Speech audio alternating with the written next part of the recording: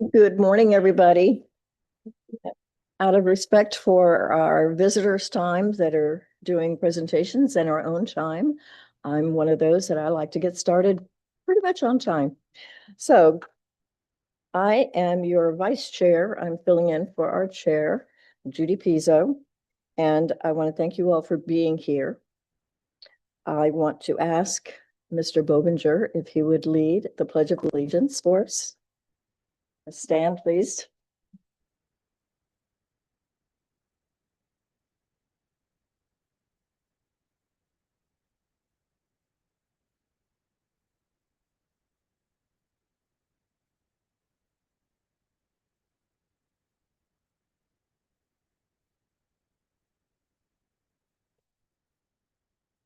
Okay, so bear with me. This is the first time I'm sitting in this seat. So this is going to be fun. I want to remind all members that this meeting and all future CAC meetings are held in person, and it is important for all members to be here in order for us to have a quorum. No, you're fine. Members of the public are still able to participate virtually, and we encourage them to do so. Yeah, I'd like to ask members to please turn on your microphones before speaking and deactivate it after your remarks. This helps ensure that everyone is able to be heard by those in the room and online. It also helps because this meeting is being recorded, so we know who's talking and when they're not. At the March the 12th Metro Plan Orlando Board meeting, Chair Nilsa, I'm misspelling her name, aren't I? Ms. Council informed the board of our recent change in leadership following the resignation of Dr. Dan Stevens. She also let the board know that we are adding several members who I will introduce today, including both MPO appointments and local jurisdiction appointments to our committee. I want to welcome some of these new members here who are here this morning. And I have the list. If you would please, I won't make you stand, but at least raise your hand and turn on your mic and give us just a little bit snippet about yourself. John Ashton.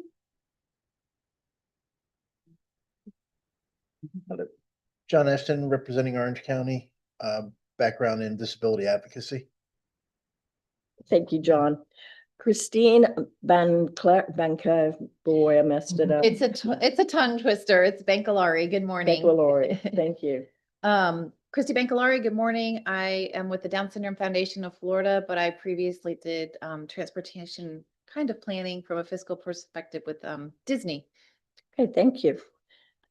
Here's another good one. Amy Garcia Panagua. Paniagua. I was close. Yes.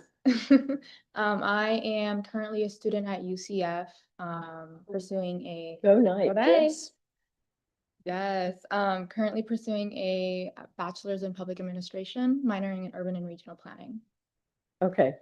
You've got a very soft voice, so when you talk, I'm going to ask you to project a little bit more. Okay, no not problem. just for us, but for the recordings. Yeah. Thank you. Patricia Rumpf. Yes, good morning. Welcome back. Yeah.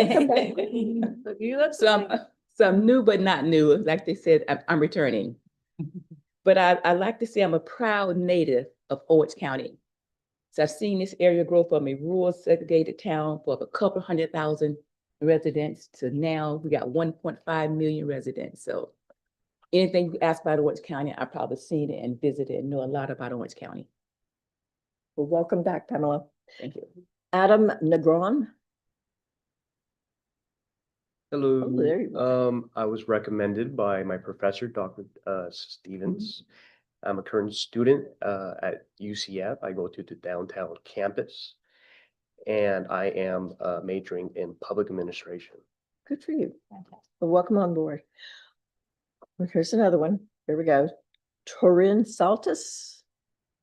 Hello, Torrin Saltos.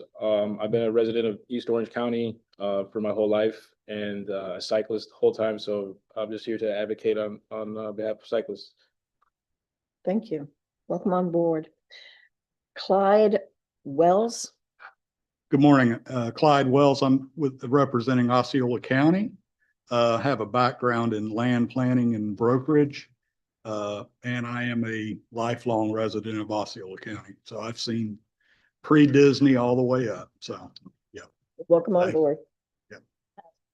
Okay, I want to thank everybody for being here. Now I would like to ask Ms. Rachel Frederick to call the roll for us. Not quite there yet. Oh, we're not there yet. Hold on. I obviously have skipped something. You're gonna ask me to review. I have to ask Mary Ann to do the agenda. Good morning, everybody, and thank you for being here. I'm Mary Ann Horn, and I am the liaison for this committee. We had a great orientation with our new members today, and I want to thank them all for their involvement. I want to thank everybody who was part of our recent MTP summit. And on April the 9th, we had a great meeting, which those of you who didn't make it will hear a recap today from Taylor Laurent. Also, I want to thank those of you who participated in our CAC bicycling webinar with Mr. Mike Wilson.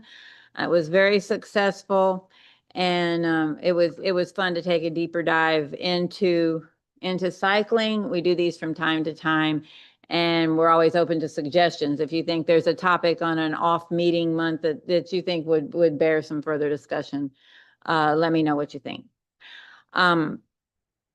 So I want to inform you of a couple of things. One is that some of you have certificates at your places requested by Miss Teresa Mott at our last meeting. She keeps me on track. And I have done these every year. I let it slip, but thank goodness for Ms. Mott. But those of you who attended our January meeting, you have your official Sunshine Refresher certificate. Also, those of you who had perfect attendance in the past year, you have an additional certificate signifying, yes, and our vice chair proudly demonstrates what that looks like. No, we laugh, and then seriously, thanks for being here, because you are all volunteers and we don't lose sight of that. We understand that. And it is a commitment and we do appreciate it. And so it's always good to remember that.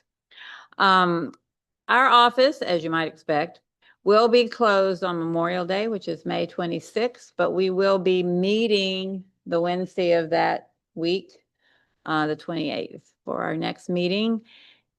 And I think that's all I have. Oh, no, it's not. I wanted to bring attention in your full agenda packet. You will see a flyer for the Central Florida Safety Summit, which is being held on May 9th. And that is being held up in Daytona. Many of us from here will be there. If you want to avail yourself of that and request to attend up there in Volusia County, you may. Otherwise, I just want you to be aware of it, that we are doing that. That's bringing together a lot of regional voices to talk about safety, being led by our FDOT team. So that's going to be fantastic. And with that, I believe that concludes my announcements. I want to introduce Mike Wilson, who will give us our safety moment. Thank you, Mary Ann. Good morning, everyone. We are at April, so that means a distracted driving month, and the National Highway and Traffic Safety Administration has just launched a new campaign on that. As you can see there, put the phone away or pay. Go ahead, launch that.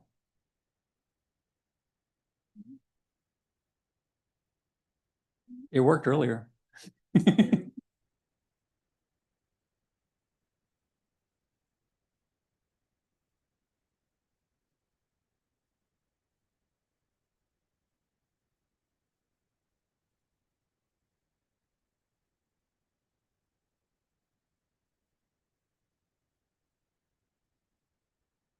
Well, we'll just have to skip over that for this time, and we'll get the link out to you so you can watch that at your leisure. But okay, Yeah, no surprise here, you know, that distracted driving is a significant issue. And unfortunately, over the years, we really haven't seen any improvement on that. It's remained at about 4 out of 10, 40% roughly of our fatal and serious crashes involve a distracted driver. Our wireless use law was implemented in 2019. It only applied a non-moving violation. So no points, no significant penalty for that. And actually looked at the data, we actually had a slight increase in distracted driving crashes after the law was implemented. There is a bill moving through the Florida Senate that would make it a moving violation and add points and require taking a course. But the House companion to that doesn't seem to be going anywhere. So there's at least some motion within our legislature to improve on this. All the states that have made this a moving violation have really seen the kind of change and improvements that we want to see. So that concludes my safety moment for this morning.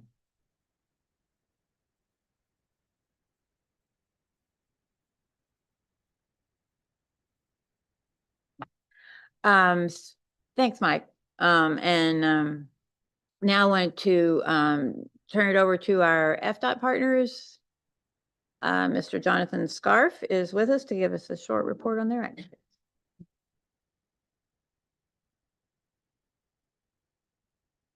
Good morning, CAC members. Welcome to members as well.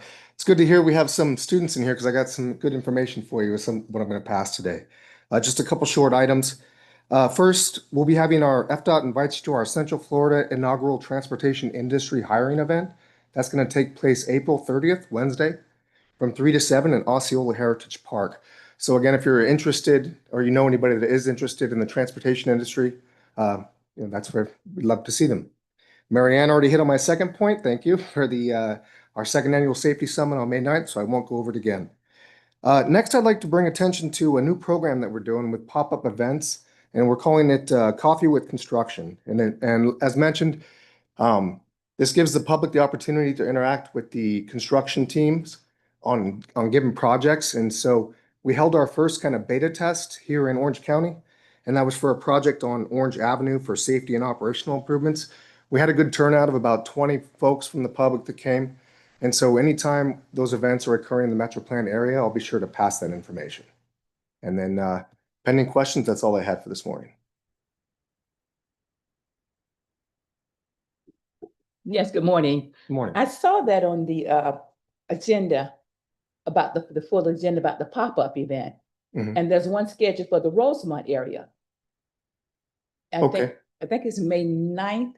I should put my thing up, huh? He's a veteran with it. Yes, so I just want to know more details and how is the message getting out. Rosemont is having a town hall meeting the 29th of this month. Mhm. So it'd be good if someone could come to that town hall meeting to let them know about the pop-up that's coming up in Rosemont. Okay, well, I'll gather the information on our next event from our PIO team. Okay. And I'll be sure to share it with the Metro Plan staff and disseminate to the committee members. Okay, for the record, that was Patricia Ron. Yes, I'm sorry. Please remember to raise your placards and we'll call on you. Mr. Jeffrey? But he didn't answer my question.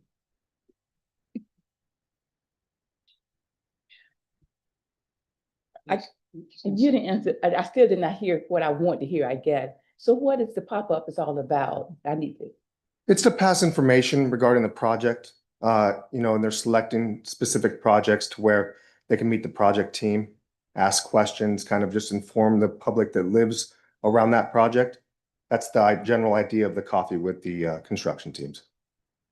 Okay, thank you. Would this be a new terminology that you're using? Yes. So different That's than why a it's not familiar. different than a public meeting or anything like that. It's less formal to try to, just kind of spread more information in a less formal fashion. I'll put it on my calendar. Thank you. Okay, Espanol. Thank you, Chair. Good morning. Wanted to ask about the status with the Sunshine Corridor. I think all the local municipalities that have been asked to provide funding have I believe all of them have now formally allocated that funding to continue the PD&E study. Just didn't know if that was the case or if there's still an entity out there that we were waiting on to move that forward and what that timeline looked like. Mr. Pickram, are you referring to the new Sunshine Corridor or the Sunrail transition? Sunshine Corridor, the look forward, the further extension. Yeah, there's been a lot. I mean, I'm sure you've seen the news. There's lots of investment and folks coming in that don't have the detailed information on that, but I will reach out to our rail administrator for an update. But I know that as far as the transition's concerned, they've completed the tentative budget for 25-26, and they're continuing to prepare an updated locally funded agreements to align with the local government partners' fiscal years. So, I mean, not directly to your question, but related. Yeah. Okay, do we have any other questions? All right, not seeing any. I want to thank you for your report. Thank you, ma'am. And now we're going to ask Ms. Rachel Frederick to please take roll. Thank you, Madam Vice Chair. If members can please remember to turn on their microphone just before answering and then to turn it off again afterwards to avoid feedback. Thank you. Ashton, Present. Bankalari, Present. Bobinger, Present. Caesar, Present. Campbell, Present. El Badri, Present. Garcia Paniagua, Present. Heath, Present. Lopez, Present. Mott, Present. Mueller, Negron, Present. O'Hanlon, Pigram, Present. Pizzo, Present. Rum, Here. Salas, Present. Saltos, Present. Sabila, Present. Webster, Present. Wells, Present. White. Present. That concludes the roll call, and we do have a quorum. Thank you, Ms. Frederick.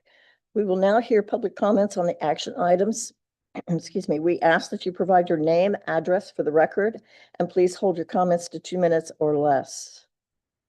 If any member of the public wishes to comment and is joining us virtually, please use the raise hand function and you will be recognized. If you are joining us using your phone only, please dial *9 and your phone keypad will be recognized.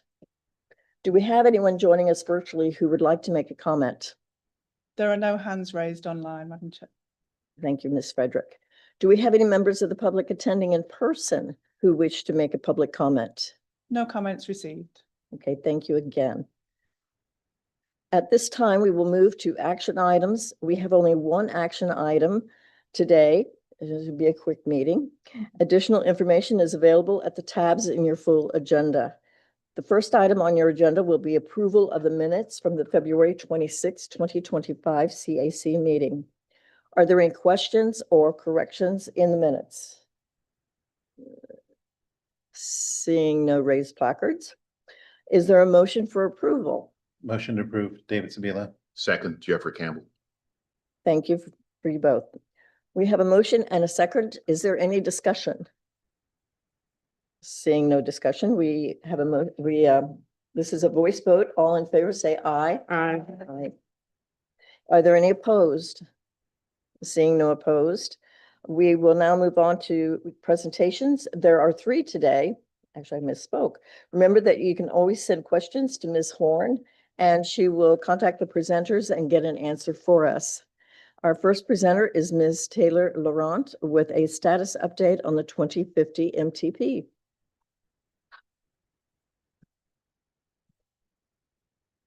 All right, good morning, everyone. I hope you're doing well.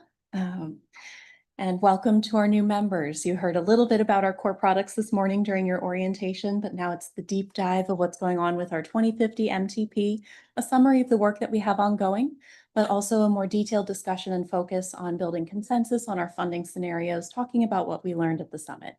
So that's a little bit of a highlight of what we're going to go through today. But as usual, a detailed summary of the ongoing efforts with the MTP is included in your agenda packets under tab 2.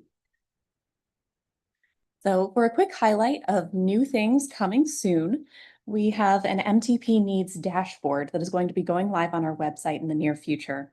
We've worked diligently throughout 2024 to be able to complete the MTP needs assessment, identify the projects for inclusion in the 2050 plan, and that made sure that all those projects are eligible for Metro Plan Orlando funding. So a new public-facing dashboard to be able to look at those projects will be going online pretty soon. It's nearly finished. And the interactive dashboard will be including a lot of new features than what we have used previously in some of our other tools. There will be sorting and filtering capabilities to be able to look through at various geographic areas pretty easily, looking at the project type, which needs list the project is currently sorted to, which will make a little more sense when we talk about the funding scenarios, or for those who attended the summit, those funding categories. We'll circle back to that. There are also several additional layers included in there of information to help you interpret the data that's being shown, and to aid in viewing and understanding that information, but also a user guide, which is under development right now, to be able to make that really user-friendly, to be able to navigate that tool and encompass that information. Then another item that's coming soon is the coordination for our 2050 MTP planning consistency lists. So this dashboard is going to include the projects that are eligible for MPO funding moving forward. This other set of lists, as the name implies, is for planning consistency purposes. The projects that are going to be happening within our region to improve transportation, but are going to be funded through other sources, such as toll funds, local funds, developer agreements, discretionary grants, to highlight a few, but not all examples. The purpose of these lists are really to make sure that we're able to enshrine the entire vision of transportation within our region in one location. So we have one source of truth to be able to see what's going on at any given time for different areas.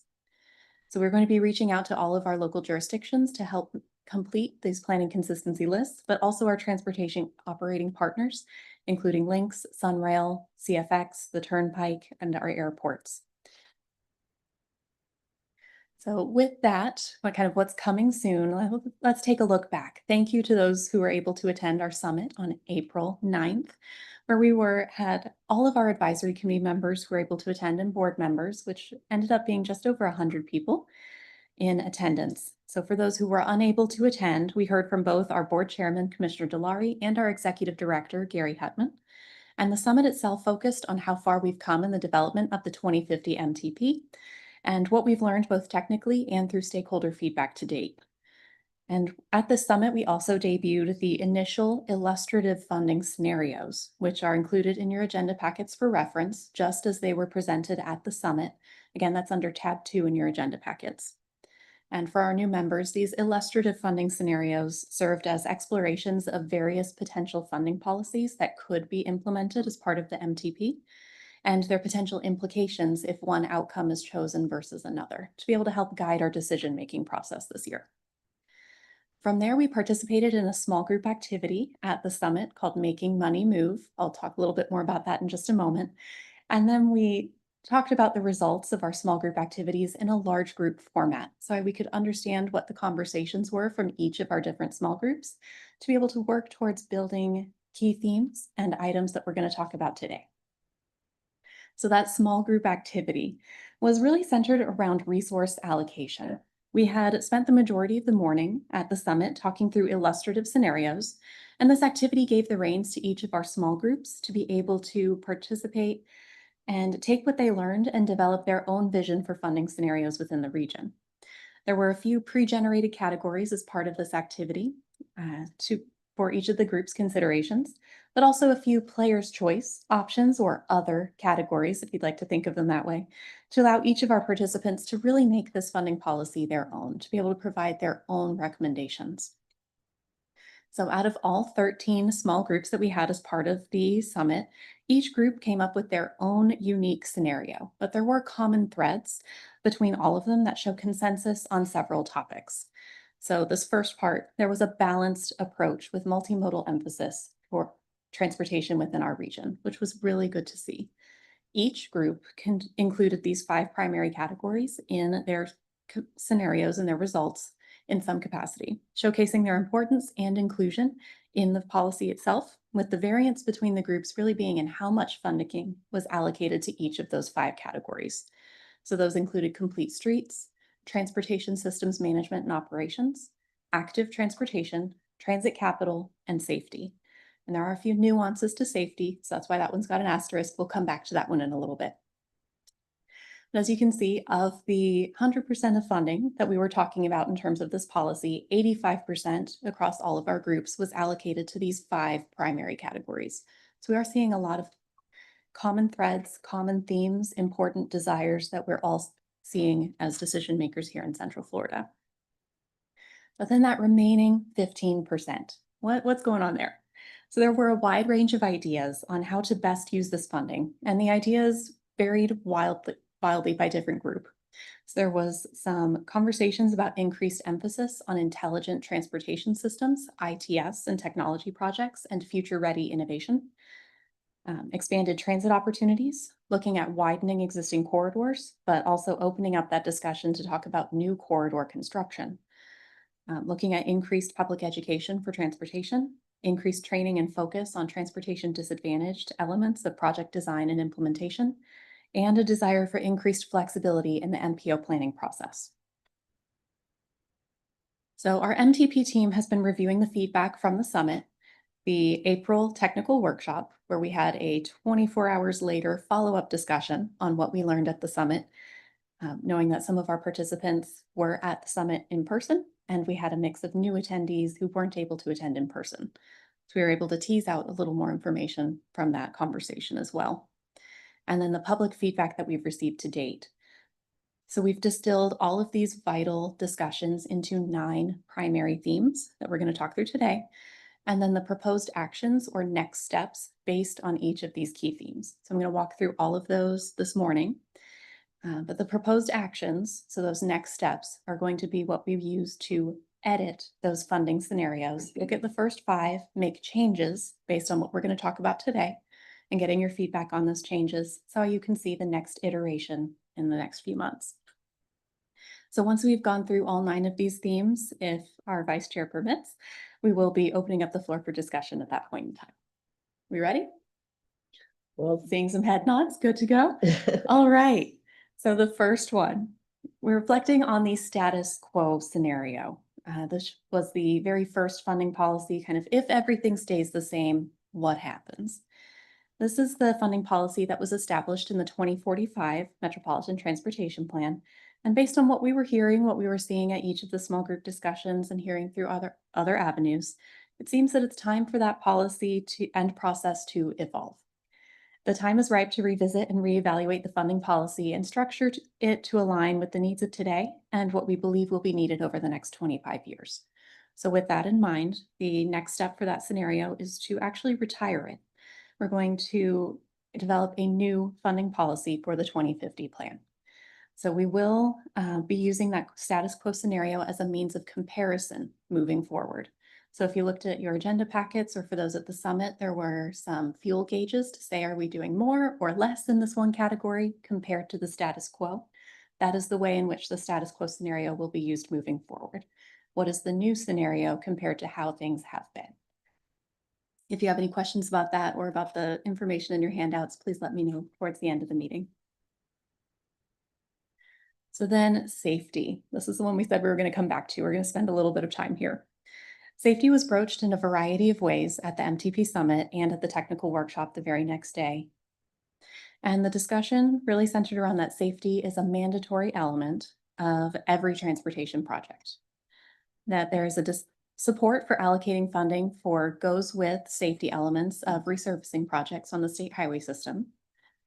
And then there was some uncertainty that was expressed in terms of if we're funding these first 2 items, then what does the safety category represent? What's being accomplished there? So we're going to unpack these 3 items real quick.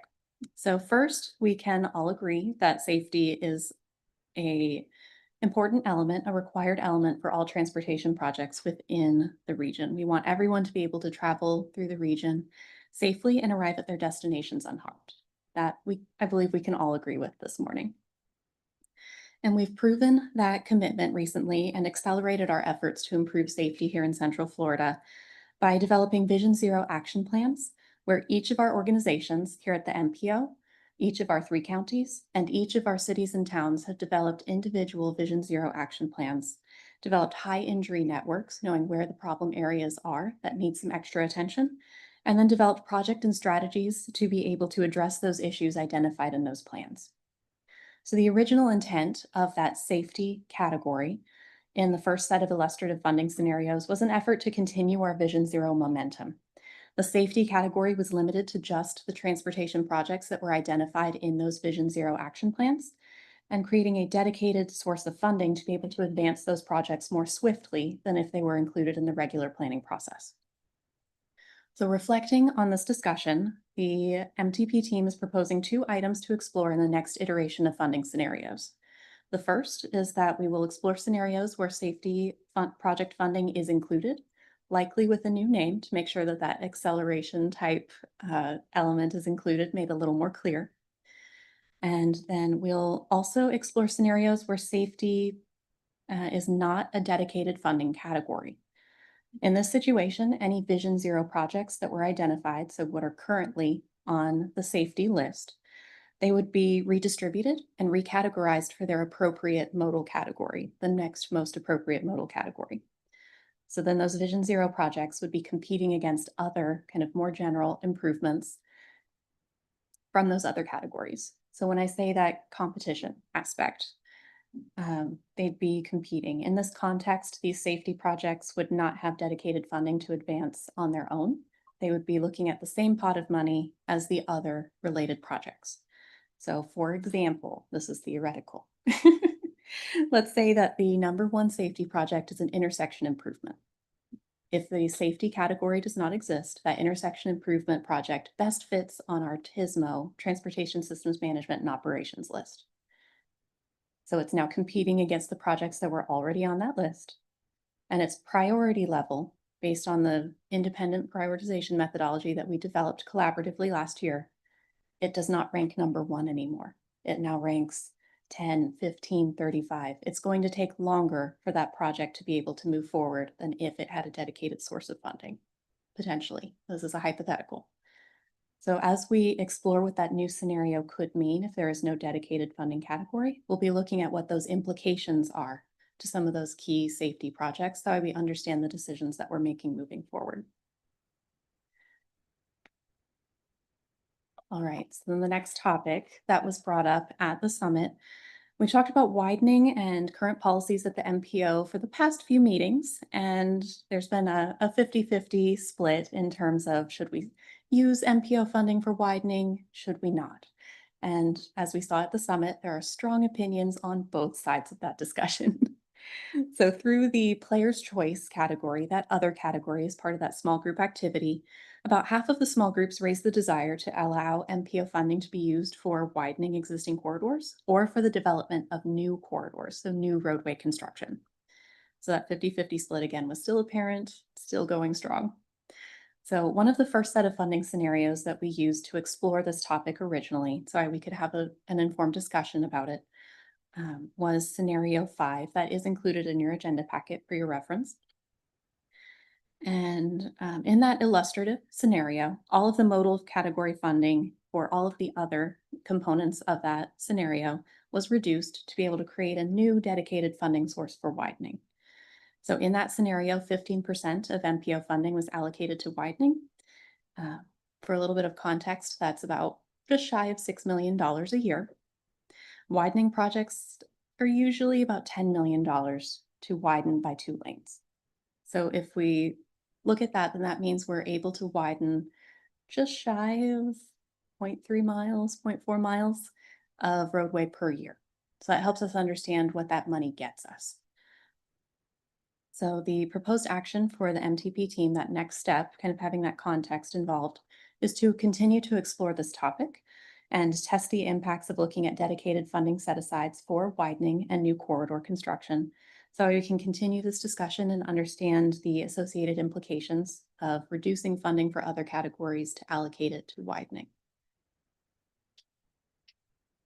Okay, going into our next one, For transit, the illustrative funding scenarios did test a variety of potential uses of transit capital funding, but looking more at restrictions on how that transit capital funding could be utilized, making it more specific with the requirements that a certain portion of funding could be used for specific capital expenses.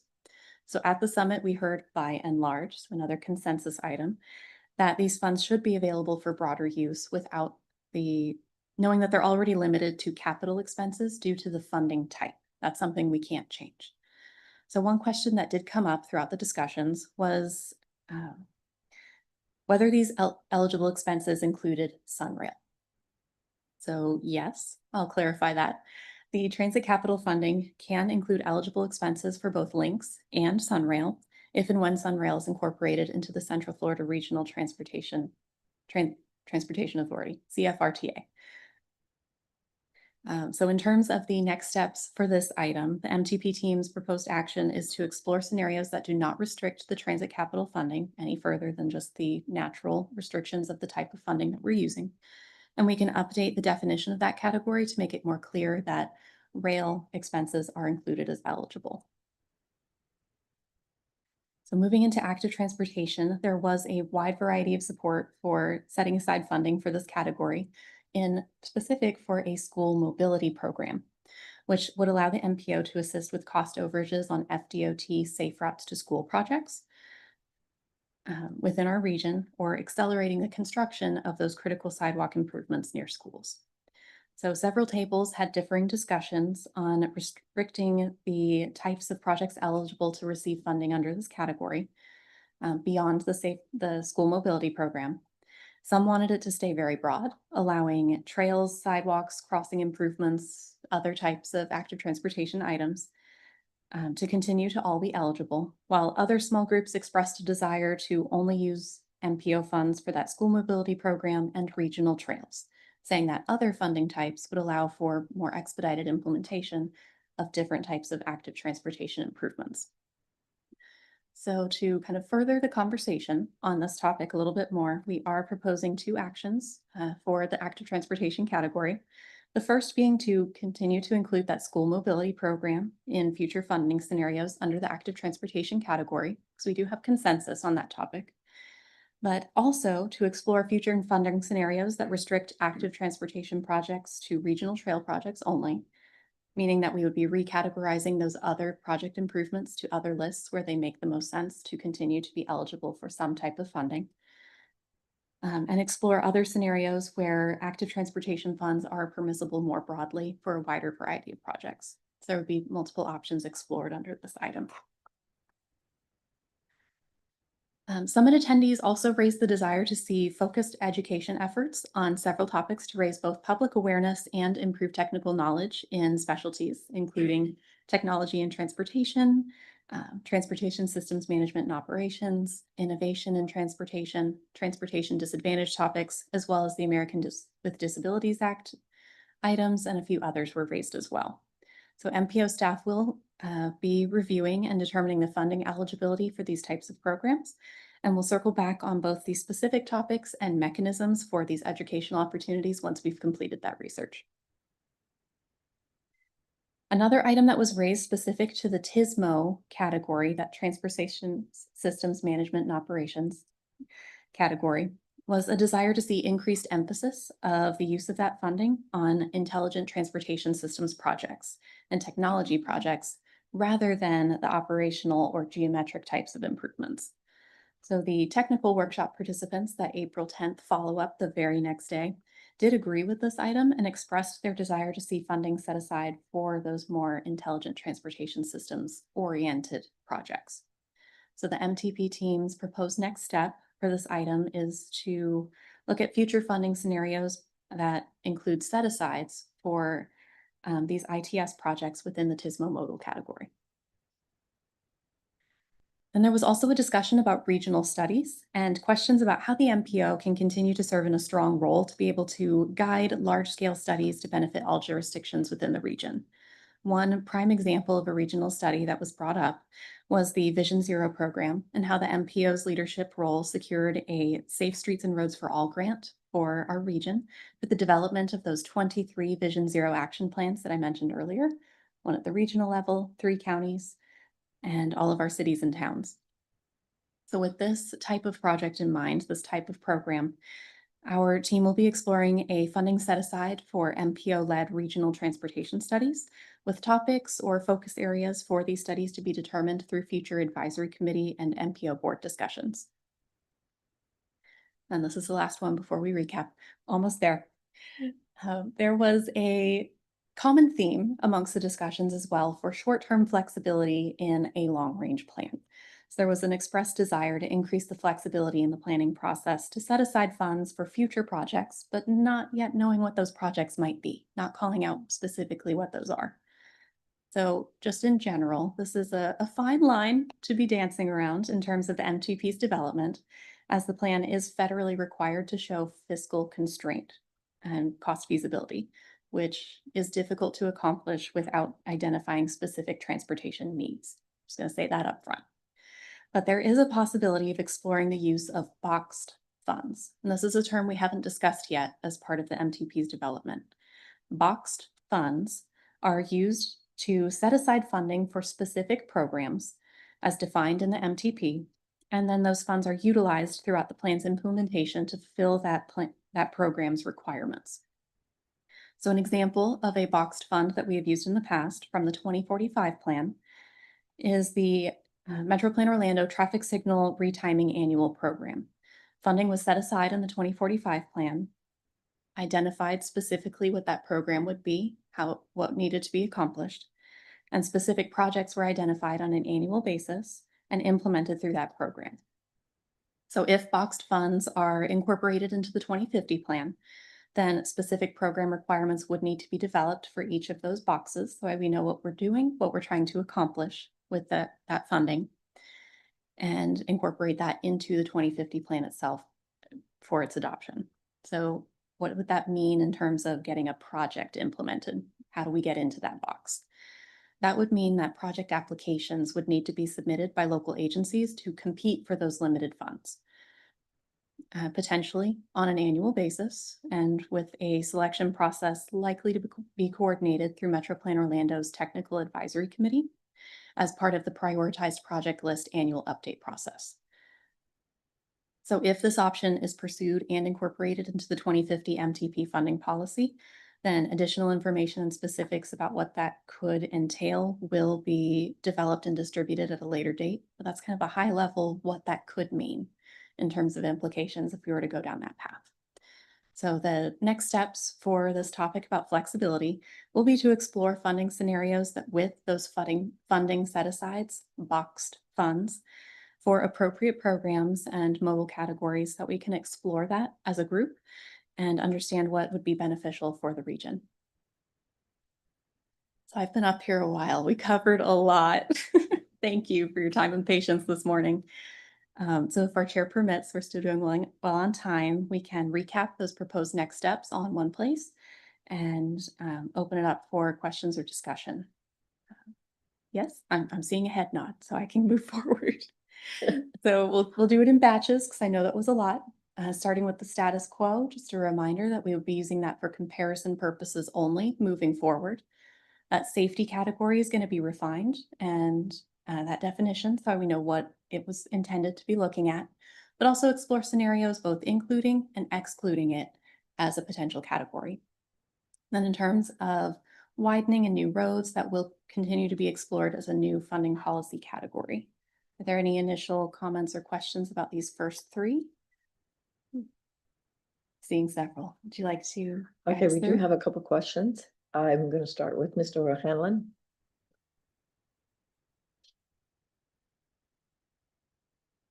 I feel like a historian here, having been coming here for decades.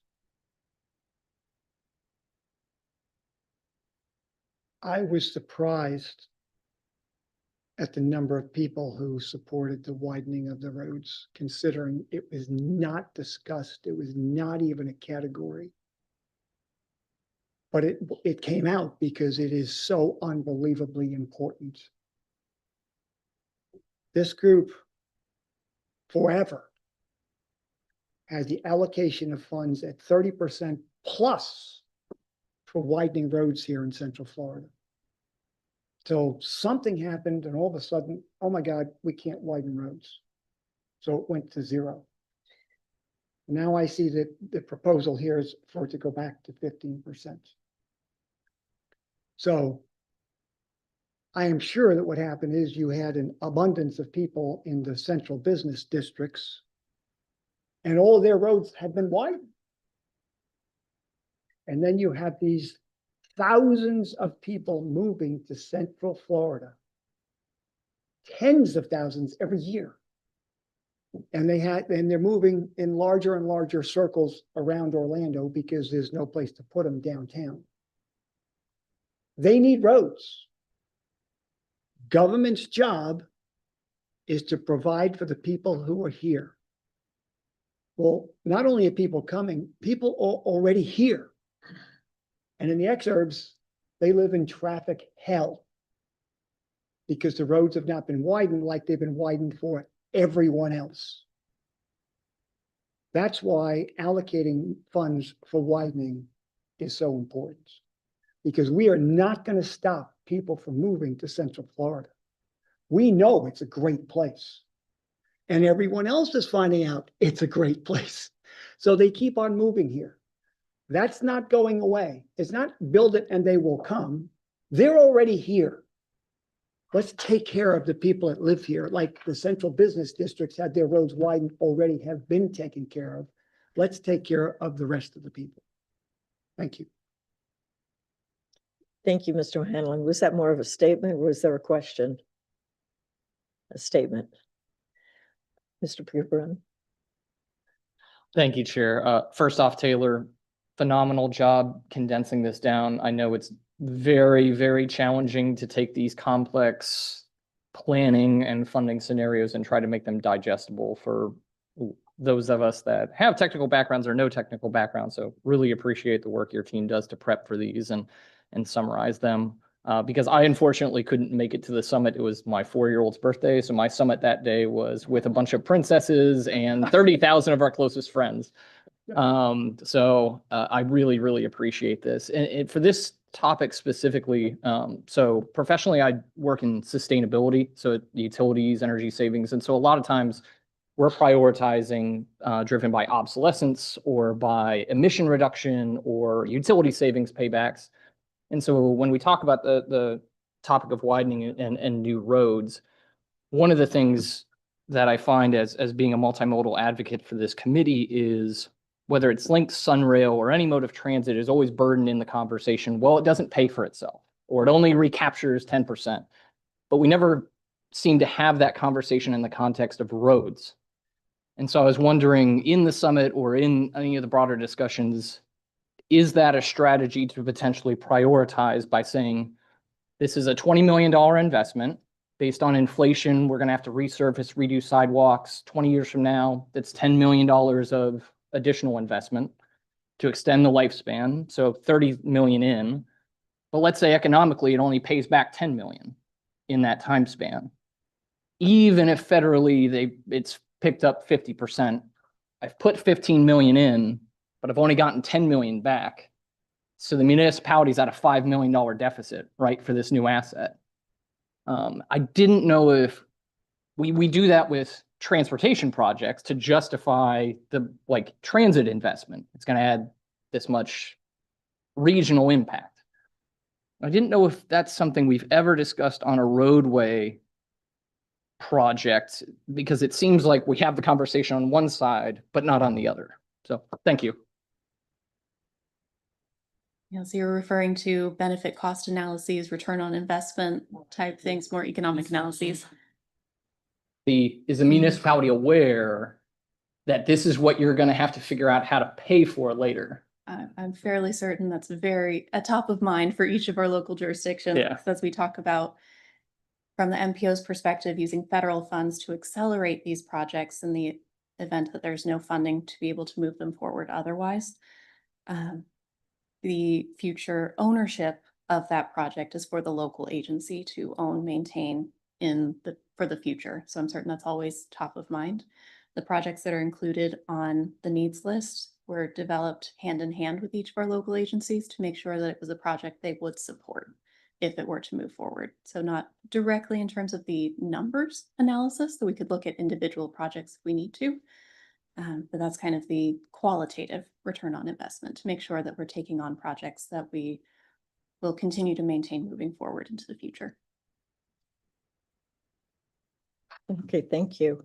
Any other questions? Then I'm going to jump in. First, I want to say it was an incredible summit. Any opportunity that like this comes up again, I encourage the board to please attend. It was very well attended, but we got a lot out of it. I represent the other 50% that was no widening roads, no more roads. Let's put the money into the mass transit. Let's find alternatives instead of continuing to build the roads. So we agree, disagree. How do you determine, going back to funding, when you're talking about the little funding opportunities for local governments, and this is more for the new people, if you can just sort of summarize that, how is a project determined to be viable for funding and to move forward? Thank you. All right, I think we've done 45-minute presentations on that topic, so I'll try and do the nutshell version. So if you do have more questions, please find me after the meeting because it is very nuanced in terms of discussion. But short version, in order for a project to be eligible for Metro Plan Orlando funding, it does need to be on the federal aid network. So it's basically roadways that are considered collectors or above. So not our neighborhood local streets, the one that you turn onto right when you leave your neighborhood. Generally 2 lanes takes you to that main road so you can get where you need to go.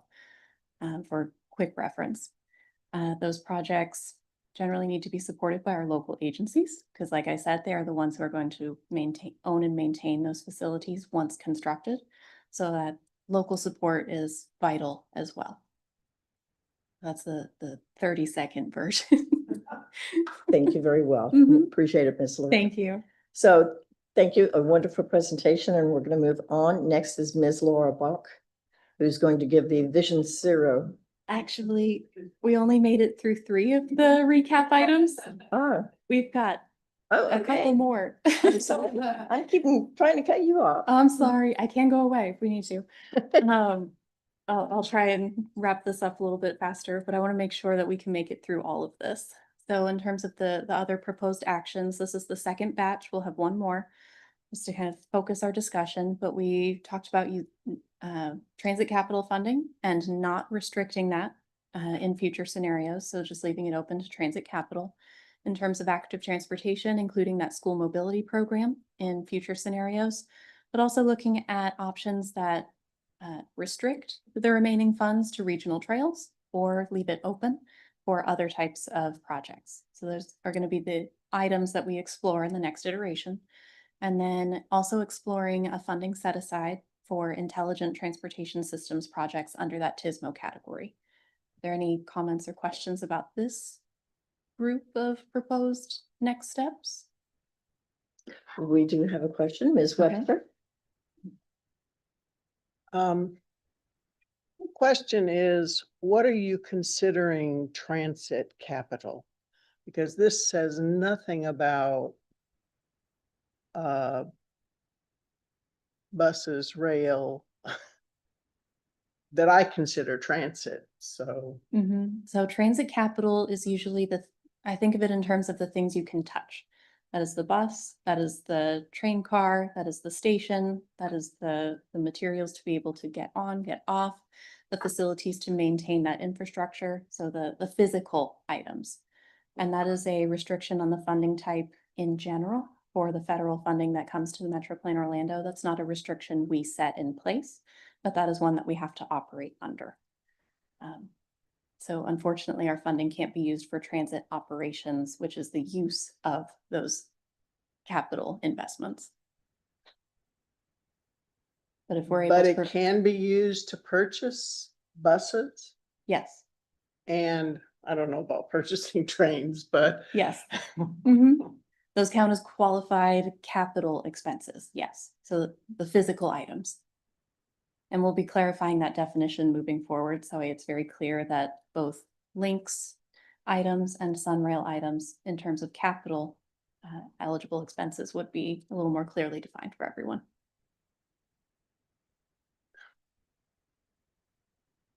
In active transportation, is that restricting that category to primarily school mobility programs? So as it was proposed in the first group of illustrative funding scenarios, the school mobility program would be approximately $1 million-ish per year based on the initial proposal, which is 2.5% of the funding within the region, if my quick math is serving me well this morning. So that's not the primary portion of that active transportation category. That'll just be a specific set aside to be able to advance those projects, so they're not competing against the rest of that active transportation category. So it's elevating them for focused specific implementation. And is there a really high demand for the regional trail projects because you're restricting the remaining funds to regional trail projects?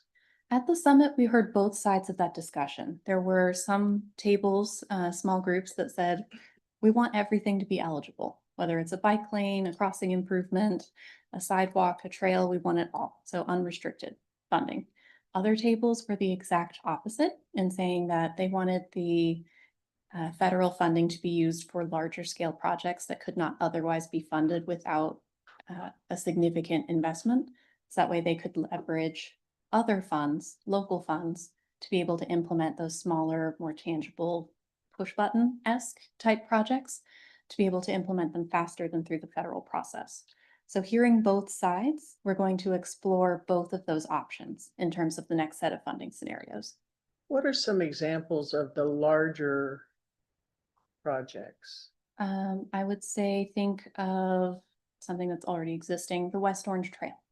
That is a larger project, multi-jurisdiction project that has taken multiple agencies, multiple millions of dollars to be able to develop and implement. But it's still a regional trail project. Yes. Mm-hmm. I'd like to see that be a little broader. I don't. Mm-hmm. It's more on the unrestricted side. I'm hearing that opinion. Thank you. Okay, are your placards up to ask more questions or, okay. And, okay, we're gonna go with Mr. Pigrin this time. Real quick, I'm building on Mr. Hanlon, Ms. Webster's comments. From a planning standpoint, I think we are headed towards autonomous vehicles in the future and maybe a lack of ownership in personal vehicles. In that scenario, or at least where we're at now, if Lynx purchases an autonomous vehicle and somebody uses it, that would be considered transit. But if somebody uses Uber right now with a driver, that's not considered transit. Like, I'm trying to understand how that plays into the planning and what is transit in the future. If it's a private company providing the vehicle versus a publicly funded entity. Is that a question for me for the future of transit? Okay, it is something that we're being approached. You can only plan for what you know right now, right? Like that's where I'm knowing what potentially at this week. Mm-hmm. And that's where we're leaning on Lynx and Sunrail as our transit operating partners to be able to help guide us. They're developing specific future visions for what that could entail, and advising us along that path. But right now, in terms of capital items, if they go down the route of choosing autonomous shuttles, potentially, I'll need to verify that that's an eligible expense, but off the cuff, it's a physical item, I would think so. So there's a lot of room for innovation in terms of the planning and processes as part of these long range plans. As we look to kind of the horizon, we have our goal of shared mobility, of transportation mobility within the region. We've developed our 5 primary goals for that shared vision, what we want to see achieved. And that's why we update these long range transportation plans every 5 years. We kind of recalibrate We say, this is our vision. What path are we taking to get there based on today, what we know now? And then 5 years from now, we'll see how the world has changed. Let's adjust. Is our vision still what we want to achieve? Yes, great. Then let's course correct to make sure that we're on the right path to get there. Or has that vision changed? Let's change our path accordingly. So that's kind of a long-term question to a long-term process. Sorry, I don't have a better answer. Okay, Mr. O'Hanlon, and I'm going to encourage our questions and speakers to keep on target for our time. Thank you.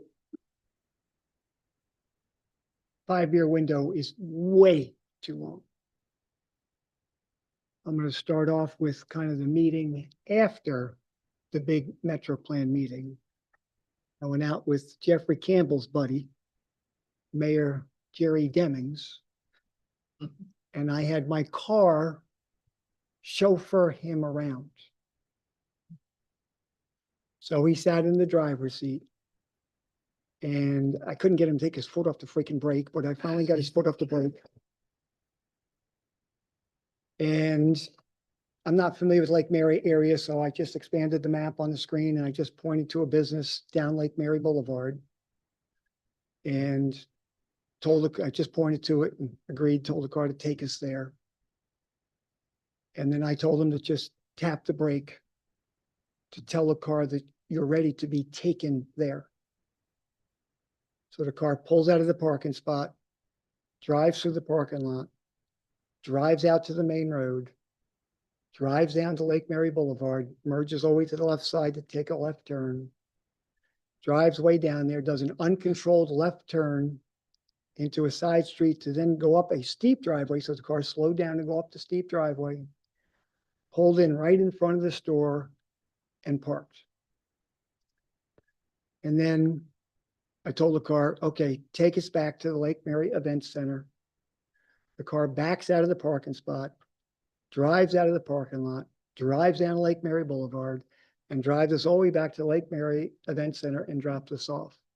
So even though I tell people that, I let Jerry Demings drive my car, he actually never physically did anything to the car except just tap the brake pedal to tell the car that he was ready to be taken to the next destination. This happened 2 weeks ago. Actually, for me, it's been happening all year, but it happened to Jerry Demings 2 weeks ago. So everybody says, this is 5-10 years in the future, and this really doesn't work, and it's not going to happen. So I had some interesting conversations with the mayor. The first one was, let me give you a scenario. The car had only driven a mile, and it drives so confidently, you couldn't even tell who was driving the car, but it was the car driving itself. Jerry whips out his freaking phone. And of course, the car just starts wailing at him because he's sitting in the driver's seat. I can take my phone out on the passenger side, but you can't do it in the driver's seat. So, Jerry, look out the window. The car's telling you, look out the front window. So he looks out the window and the car subsides and he puts the phone back away in his thing. So I told him, I said, if you don't do that, the car's going to pull over and stop and it won't drive. So Jerry goes, wow, that's great. And I didn't have the heart to tell him, Jerry, no, I worked the entire time in the car. You just got to put the phone behind the steering wheel so the car can't see your phone. So the other interesting conversation with him was, this was the first time that he'd ever been in a autonomous vehicle where and it does it every day for me, drives flawlessly. He said the last one almost drove them into a retention pond and the safety driver had to nail the brakes. So he's been in multiple of these quote unquote autonomous vehicles that are really not anywhere near the state of the art where they can just drive you around. So the other interesting thing he says, wow, Tom, this is going to be great. We no longer have to take anybody's driver's license away. And then he said, wow, this is even better because all these people with medical things and everything else that need to go to these places, the car can just come pick them up and drop them off at the doctor's office and bring them home. I said, great. The problem is I didn't have enough time to get into, these also come in 20-passenger buses. And they're going to replace every Lynx diesel polluting bus and probably come every 2 or 3 minutes down all of these major paths so that everybody's going to want to get on these because it's no longer an unbelievable inconvenience to try and use a Lynx bus. I didn't get that far into the conversation. I felt just blessed to get 25 minutes of his time. So, transit capital funding. There's two types right now that are going to come out before everybody else. And yes, they're Teslas. It just happens to be Teslas. I don't care who does it, because this is our future. Any company can do it. So the cyber cabs that are going to come out is unbelievable. They're only going to cost like $10,000 or $12,000 to put together. So you'll be able to buy them, I don't know, $20,000, $25,000. And the question then becomes, okay, is that transit capital? Okay, because then you've got all of these vehicles, twofold. The cyber cabs, they're going to be produced and you have to buy them. And then you've got the 7 million people that have these cars that by the end of the year in Florida will just instantly be turned into robo-taxis. And they'll be Tesla Model Y cars. And that's what's going to start in Texas in 2 months. You're going to be able to have unsupervised driving. You can just tell a car to go pick your son up at school and bring him home. Mr. O'Hanlon, time. Yeah, okay. So my question was, is this going to be the transit capital funding? And is this part of the box project? We stop buying all of this diesel polluting stuff and start allocating money to buy all of these robo-taxis and have Central Florida lead the country in transportation as opposed to be way behind. All right, so I'll be doing some more research into the statutory requirements for transit capital funding, so I can get back to you specifically, like off the cuff. My answer is still the same, but I want to be sure. So thank you. All right, so then the last set. I just still to have kind one of- more question, Oh, Mrs. my Hart. apologies. When it comes to the school mobility program, how are these projects selected? And that's the first part of the question. I'm looking at the 2045, and it looks like there's only like 6 or 7 schools that are on this, and most of the projects there's a couple phases, and none of them are in Orange County. So like, how are these projects selected? And with the issue that we're having with bus drivers, I think that we're going to have more need for school mobility. So if you can give me some insight, that would be great. So there's a bit of a change in how we're defining that program from how it was implemented in 2045 to how we would do it under 2050's policy. So I'll talk to the 2045 one so you can understand the history. And then for 2050, we'll focus more on that as part of the next set of funding scenarios. So I can define that a little bit better moving forward. So the 2045 plan established a school mobility program to be able to assist and cover cost overages that may arise on FDOT state safe routes to school projects. So a safe routes to school project is a separate application that a local agency, school board, whoever implements that process, initiates it, applies for specific funding to implement sidewalks around a school. So that is think of it like a grant program. You're applying for a limited set of funding available throughout the state. So that is a self-selection type application to be considered for that process. We included those projects that did have applications, so active applications with the FDOT included on our list for planning consistency in the event that they needed federal funding to be able to assist. If the state ran out of funding for some reason or a cost overage came up that the locals could not cover, that was our ability to be able to step in and provide assistance. So that's how that list came together for 2045. For 2050, we're going to be re-envisioning that program ever so slightly to make it a little more inclusive. Okay, so essentially it is started by the local, they apply for it, and then you select from there. FDOT select FDOT, from there. thank you. Yes. I keep turning it off. Okay, last set, and then I will go away. I've been here for a while. Okay, so then the last few actions were to explore a funding set aside for MPO-led regional studies to be included in future scenarios, reviewing funding scenarios that utilize this boxed fund approach, which it sounds like we're all in consensus about, which is good to hear. And then we'll be continuing our research for funding eligibility for educational programs and the mechanisms through which to implement them. And my transit capital research that I'll be adding to that list. Any other final thoughts or questions? Okay, we do have a question, Mr. Sorry, and I'll make this really quick. Thank you Thank very you. much. Thank you, Chair. Thank you for this presentation. Thank you for everyone's questions.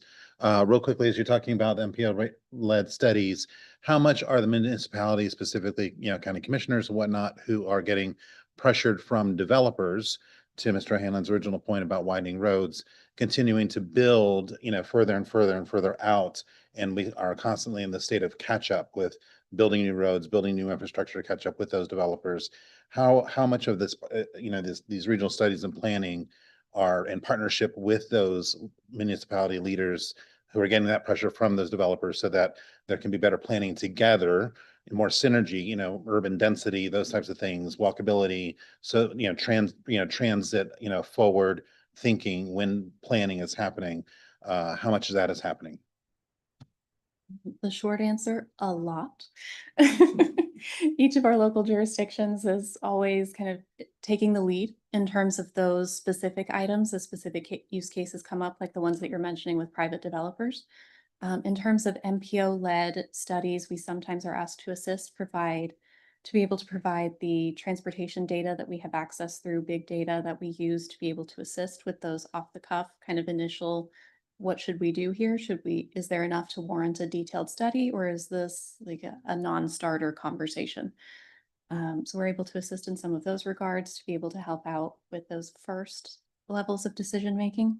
But in terms of other MPO-led regional studies, this program would be looking at region-wide programs. So sort of like what we did with Vision Zero, how it was an MPO-led regional effort that came from the top down, but also bottom up. So we had a great focus on the safety issues within the region.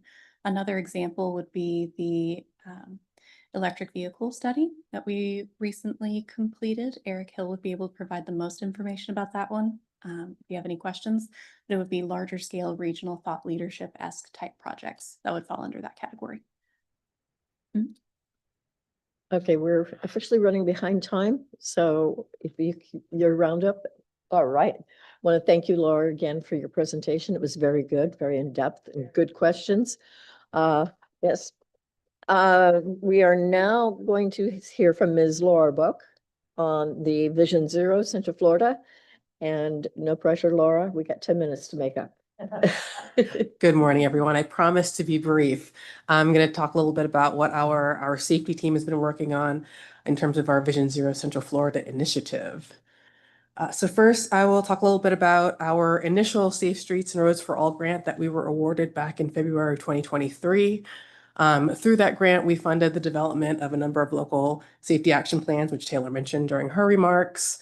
Our regional Vision Zero Safety Action Plan was adopted by our board back in September of last year. And then most of the local Vision Zero Safety Action Plans, I think we just have one that needs to be adopted. They're all complete, and most of them are adopted at this point. And then we have ongoing demonstration projects, one in each county. Up in Seminole County, they are piloting software, an AI-powered software that's been deployed at 15 intersections around the county that's able to detect near misses as well as some other issues from a safety perspective. So we're piloting that, and we'll be able to report on that when that's complete. Down in Osceola County, we've been working with a team to develop some safety improvements to improve mid-block crossing safety at 5 locations throughout the county. And then here in Orange County, we've been working on developing a bicycle safety program that would be aimed at middle schoolers. And to date, so we've been working on developing the curriculum both for the instructors for that sort of program, as well as the actual materials for the students. And then also working with the school districts and some select schools to identify what are the requirements to pull together that sort of program and what are the best ways to recruit both students and volunteers. So we'll be wrapping those efforts up by the end of June, and we'll be reporting out probably at our next Vision Zero update, let you know how those went. We were also awarded another grant through the Safe Streets and Roads for All program last November. We're very excited about that. Within that grant, what we're looking to fund is some additional safety-focused public outreach.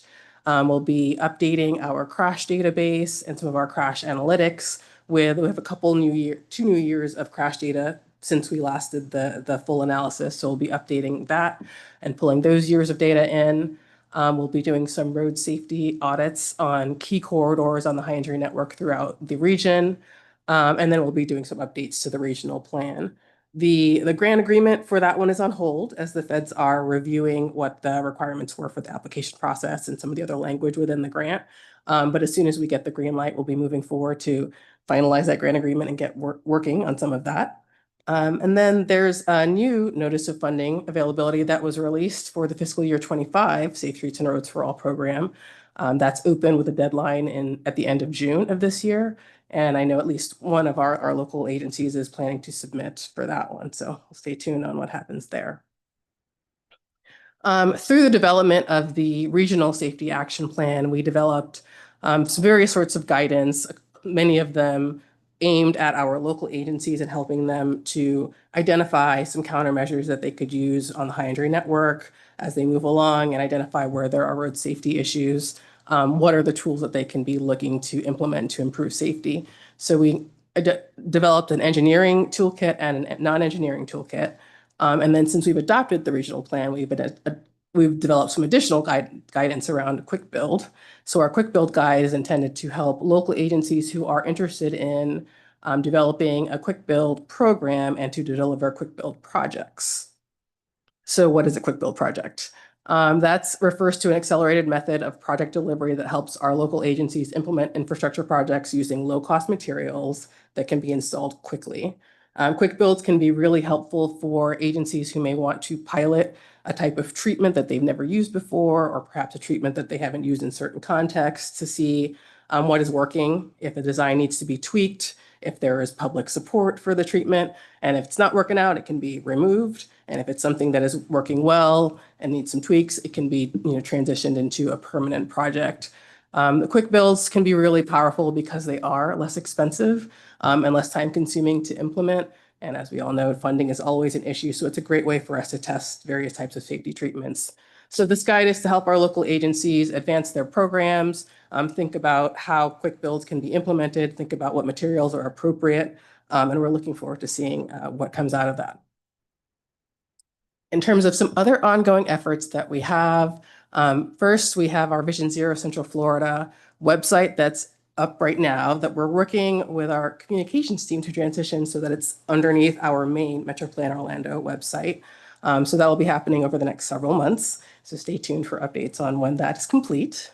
We continue to meet with our Vision Zero task force. We meet quarterly with representatives from throughout the region who are implementing their own safety action plans to talk about best practices, issues that people are seeing, just sharing knowledge about safety and what everyone is doing to implement their action plans. So our next meeting is on July 18th. Those are always live streamed on our YouTube channel and then available on our YouTube channel if you want to listen in. Also on our YouTube channel is our Vision Zero Safety Speaker Series, which we also deliver about quarterly. Our last one we actually just had last week. And for that one, we focused on how transportation planners and designers can work best with our emergency response staff to make sure that we're meeting our speed management goals while not impinging on their goals for emergency response times. It was a really great webinar, got some really great questions. If you're interested in watching that or any of the others in our safety speaker series, I think that was number 7 that we just had last week. The tube that's shown on the screen and in your packets will take you to our Vision Zero Safety Speaker Series playlist that has all of those. I encourage you to watch as you have time. And then we'll have our next one coming up in either late June or July. So stay tuned for that. And then our safety staff here at Metro Plan Orlando is working in coordination with FDOT on a number of fronts. So FDOT hosts a number of safety coalitions throughout the state focused on various elements of safety. And we've been sending staff to the Ped Bike Safety Coalition meetings for over a year now. But now we're going to be branching out to either just keep track of the minutes for some of the coalition meetings to make sure that we're up to date on safety research initiatives around the state and best practices. But then for some select meetings, we'll also be going in person as our schedule allows and as they allow members, new members to come in. So stay tuned for updates there. And then we're also working really closely with District 5. They released their initial safety strategic plan last spring and had their first Central Florida Safety Summit last May. And so since then, they have convened a number of focus groups to help them deliver on the actions within their plan. And we have staff serving on a number of those focus groups, including one of those that I serve on is the planning committee for the upcoming safety summit that Marianne had mentioned earlier. That'll be happening on May 9th. So hope to see some of you there. And with that, I'm happy to answer any questions you have. Very good. Do we have any questions? We do. Mr. Saboo. Thank you, Madam Chair. Thank you. Great presentation. Just had a quick comment. Love to know more about the middle school education program. My son is in middle school, and we have seen last year there was a surgence of e-scooters. This year it's been taken over by e-bikes. They are on the 4-foot sidewalks. They're on the 10-foot sidewalks. They're in the middle of the road. They're everywhere.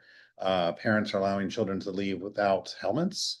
And these bikes are going in 20, 25 miles. Sometimes they're driving faster than the cars. And our sidewalks, we're very fortunate. Our elementary, our middle, and our high schools are all within bikeable or walkable distances within the communities. So these sidewalks are filled with little ones on their bicycles, runners, joggers, people walking their dogs. And now these e-bikes, mostly from the middle schoolers, are just, and there's been some bad accidents of some middle schoolers who have actually been having to go to the hospital with severe injuries. So please keep us informed on that. And if there's anything I can do, please. Absolutely. Yeah. Yes. We can touch bases. Thank right you after, very yes. much. I noticed an uptick in the e-bikes after Christmas last year, and I have concerns. So any other questions? Very good question, Mr. Pigren. I just wanted to give your team kudos. I think it's great. It's always phenomenal to be in these meetings and see what we're learning and how we're getting better. But I would say in the last year in Southwest Orange County, I pass through the city of Orlando and Orange County jurisdiction every day, and I've seen flashers added, mid-block crosswalks changed to where people can be in an island.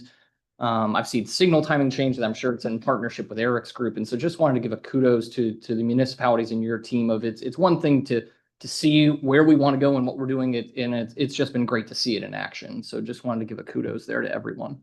Thank you. Appreciate that. And thank you on behalf of all the locals that are actually implementing those projects. But, we're always focused on planning here, obviously, but worried about what the outcomes are going to be. So it's great to hear when we have good outcomes throughout the Okay, region. Mr. O'Hanlon, you have the last question. Time. I just want to second Jeff. The improvements that are coming are phenomenal, especially having that wall down the center of Orange Blossom Trail so they can't have these mid-block crossings, and you got special crosswalks. That is just amazing. I'm glad to see it here. The world has had these things forever, but Central Florida is catching up, and I'm sure we're saving lives. Thank you. All right. Thank you very much. Thank you, Laura. Next on our agenda is Mr. Slade Downs, who's going to give us a presentation on the prioritized project list and transportation improvement program. All right, thank you. Good morning again to everyone and to our new members. As our vice chair just mentioned, I'm one of the transportation planners here at MetroPlan Orlando, and wanted to give you a brief kind of 101 on these two core products that we have. So at our next meeting, Jason and I will be giving you a preview of two of our core products, two of our core plans, and kind of wanted to give you some context before we got there, like I just said. So I know you hear a lot of acronyms thrown around up at the podium. I'm going to try to refrain from using acronyms. If anyone gets lost, please let me know, cut me off. I need to spell out the alphabet soup. So first off, we have our Metropolitan Transportation Plan, the MTP. I know Taylor gave you a pretty in-depth overview about the current updates that we're doing for our 2050 plan, but we are currently working under, while that is being created and updated, we're working under our 2045 MTP that is updated every 5 years. It's our longest range plan. Includes definitely those funding scenarios like Taylor was talking about earlier, and kind of our visioning, our needs, that all lives within the Metropolitan Transportation Plan. At kind of the other end, we have our TIP, the Transportation Improvement Program, that covers the 5 years of projects coming up, and I'll be getting into that a bit more in our next couple slides. And connecting the two, we have the PPL, the prioritized project list, that acts as kind of a bridge between those two plans, kind of the on-deck circle for projects. And I'll be getting into that one as well. So before getting into those plans, wanted to walk you through kind of the planning process, how projects move through the pipeline at MetroPlan. So as I mentioned, just now, projects start out in the Metropolitan Transportation Plan, the MTP, as part of the long range needs assessment. And that's kind of where we ask, what are the needs of the region? And just as it sounds, it's where we assess what those needs will be in the long run. And kind of gonna bring you through a example project and how it might move through this process. So our kind of example today will be a pedestrian connection from Maitland to Altamont Springs along Maitland Avenue. Again, this is a hypothetical, not proposing this project, but the first stop would be in that needs assessment in the MTP. Then it would go into the concept and feasibility planning stage, that second bullet up on the screen. And so that is where we determine, what facility would be best for the context of the area. So based on, say the businesses, the neighborhoods, what we hear from the community, for our example, we would say, okay, maybe a 10-foot shared use path would be best for this project, getting people from Altamont to Maitland. So next up in the process is the project development and environmental study. That determines kind of the environmental analysis. That's just a step to be in federal compliance with the National Environmental Policy Act, NEPA. So in our example here, a shared use path along a roadway probably wouldn't need additional environmental analysis. So can get past the PD&E stage. Next up would be preliminary engineering and design, PE, as it's abbreviated in our plans. And that's really where we get into more of the design aspects of the project, what it will look like.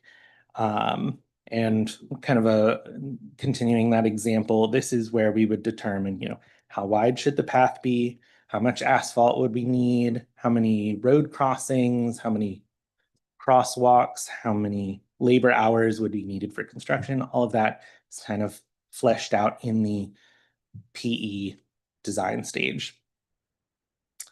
So getting down to our fifth bullet, right-of-way acquisition, that's when you may need to purchase more land in order to complete the project, which is determined in some of those earlier steps. So, for example, say the city owns 5 feet of right-of-way next to Maitland Avenue, but we want to build a 10-foot path. So that extra 5 feet of width would fall under this right-of-way acquisition step. This step is optional. So, if all of the land needed is already in hand, then we can skip right-of-way step. And then finally, construction. That's when you start to see those infamous orange barrels on the side of the road when concrete starts getting poured, and then eventually the ribbon gets cut. So that is kind of how a plan or how a project really moves through our process. And the way that we track that progress is through those 2 core plans, and I'll walk you through those now. So first up, our Transportation Improvement Program, our TIP. Like I said earlier, that covers the 5 upcoming years of projects that have funding assigned to them. So the TIP is basically our implementation budget. With every project phase that has money tied to it, you will find that listed in our TIP, our Transportation Improvement Program, remembering that alphabet soup. Those projects phases are tracked here, as well as the PPL, which I'll get to on the next slide. The TIP is updated annually, But you may have heard at some of our meetings about TIP amendments. Rather than a full update, a TIP amendment is really just to address, cost changes, potentially size changes, and those could arise due to a number of variables like study outcomes from like that PD&E stage, or maybe shifts at the state level, or plenty of other factors.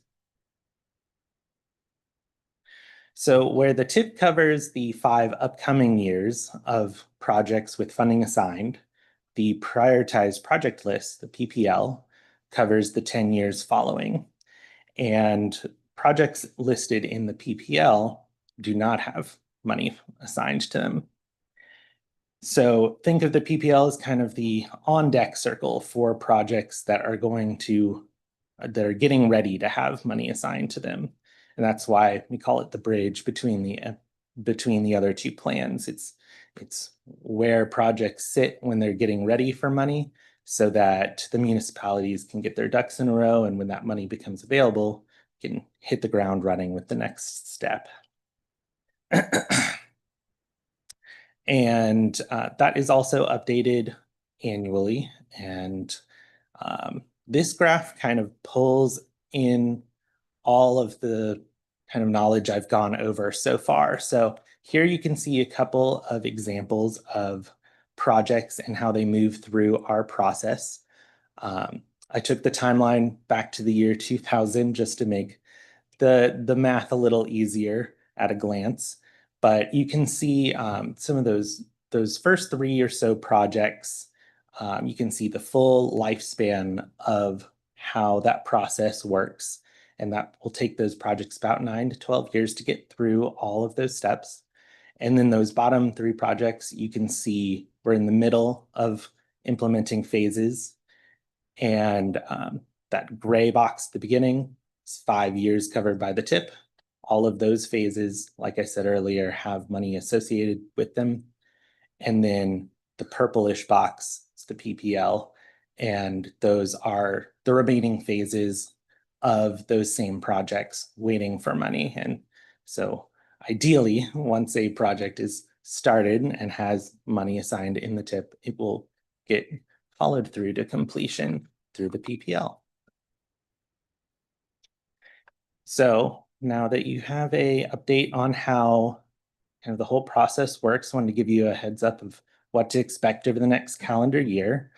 I know that Taylor has talked about the MTP update process that'll be coming to a full completion in December. You'll hear updates periodically until then as well. At our next meeting, the Transportation Improvement Program and the prioritized project list, you'll get a preview of the annual update for both of those. We'll get your feedback, and then at the June-July committee cycle, we will kind of bring the final version of those 2 plans back to you and hopefully get approved. So I know you've heard a lot of information today. If you have any questions, be happy to take them now, but also wanted to reiterate that since this is all being live streamed, if you want to go back and look at the recording, kind of slow down the pace of the fire hose of information, you're welcome to, but happy to be taking any questions. Thanks. That was a lot of information. Thank you very much. We do have a couple questions. I am going to start with, let me see if I can get you. Where is she? Hang on. Miss Bankalari. That's okay. You'll learn it. It's hard. I will learn it. Bankalari. Thank Thank you you. so much. Thank you for your presentation. I just have a quick, it's probably not a quick question, but something that maybe we could talk about as we're looking forward. When you talk about project taking 9 to 12 years from conception to completion, right? That's kind of what you told us from when it's presented, research. Is your department looking at any different modeling using AI, advanced technology, models through other cities across the globe to reduce the timing? Because technology is moving so fast, and like we hear about the autonomous vehicles, what we're looking at today, if that's 12 years from now, that it's actually completed, we're already behind.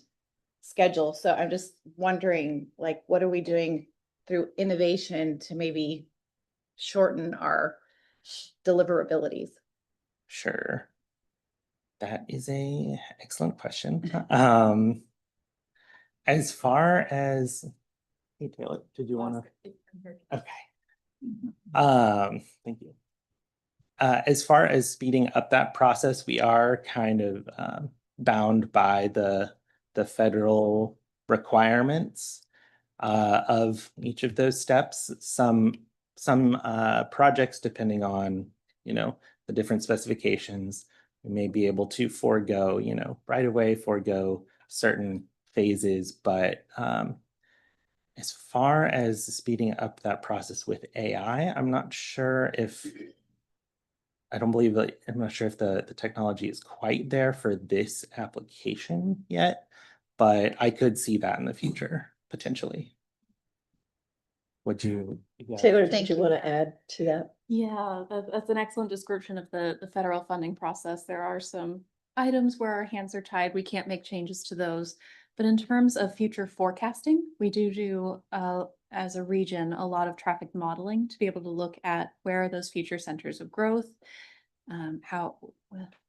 what facilities are there to be able to facilitate traffic between where we live and where we're trying to get to, but also how that occurs throughout the time of day. So there's a lot of traffic modeling and forecasting that goes into the pre-planning, the PLN and PD&E stages, where we're making sure that we're vetting the right project, adjusting and making adjustment, fine-tuning that project as it goes throughout that 10-year process to make sure that once we get to construction, it's ready for that day.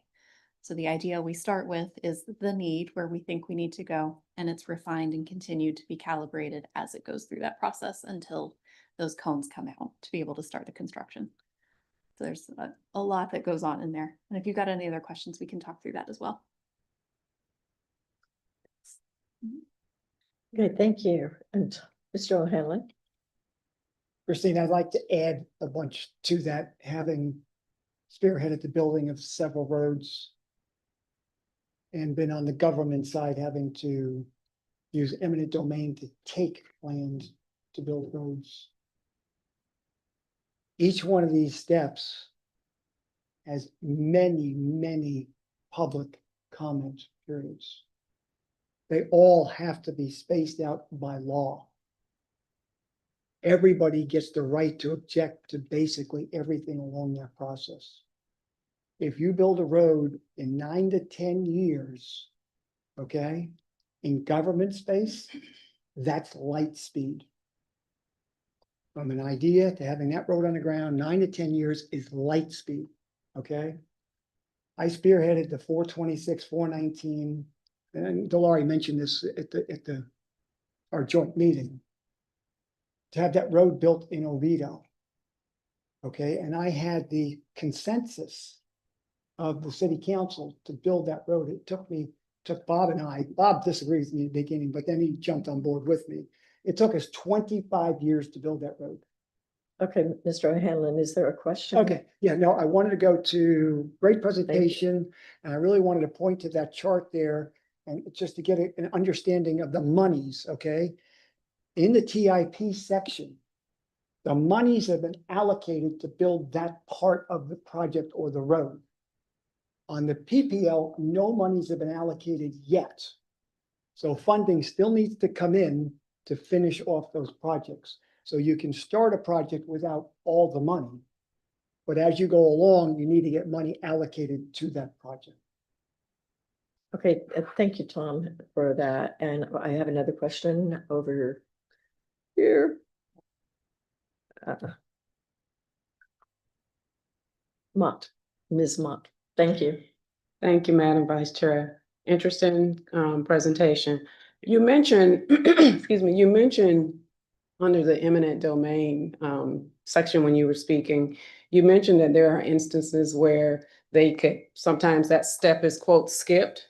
And I'm curious as to, you know, just hearing sometimes a lot of people on the opposite side of the eminent domain situation who are opposing it.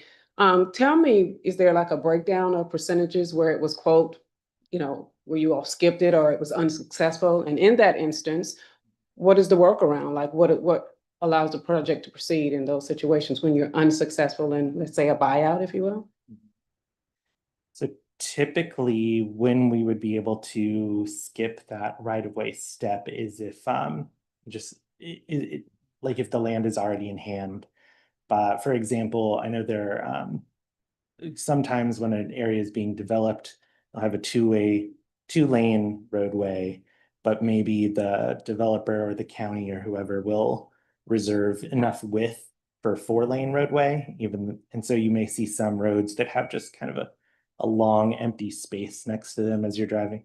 It's like saving room for future expansion. And so in a case like that, you wouldn't really need to do any eminent domain because you got the land already. As far as how the process might work in a situation where, sorry, could you repeat the last part of your question? Yeah, just what when the buyout's unsuccessful, what is the workaround? If it's, let's make it a bit more personal. Let's just say it's residential property in situations like that. And, people are have emotional connections with their residents and things of that nature. I understand at the end of the day, hey, the project has to be done and they're focused on, hey, we're moving forward and this is what we have to do. So I'm saying in those situations when it's, let's say, unsuccessful, what do you do? How do they work around that? If someone's just being a hard line saying, hey, no, I'm not selling, what do you do? And is there a breakdown, a percentage in terms of like, successful, unsuccessful in terms of buyouts? Really depends from case to case. Right. When you do have sort of holdouts like you're talking about, I'd say typically it kind of gets turned into a legal matter. Right. At that point, that is kind of handled more on the side of the city or county. Are there figures in terms of like, let's say 60% of what you attempt to do? I would imagine it's much higher than 60%. I'd say probably like 80%, but I'm yielding to you. Is there a breakdown as to your success rate for buyouts versus, That's a good question. I need to look into that because I'm not appreciate sure, that but data. yeah, that would be something interesting to look into for sure. And just the conclusion, you get asked for the question. The question was your workaround in those situations. What do you do? Sometimes it like when it gets referred kind of to the courts, it does end in kind of a ruling. Sometimes you find a different way of achieving the aim, like maybe you find a different pathway for the road.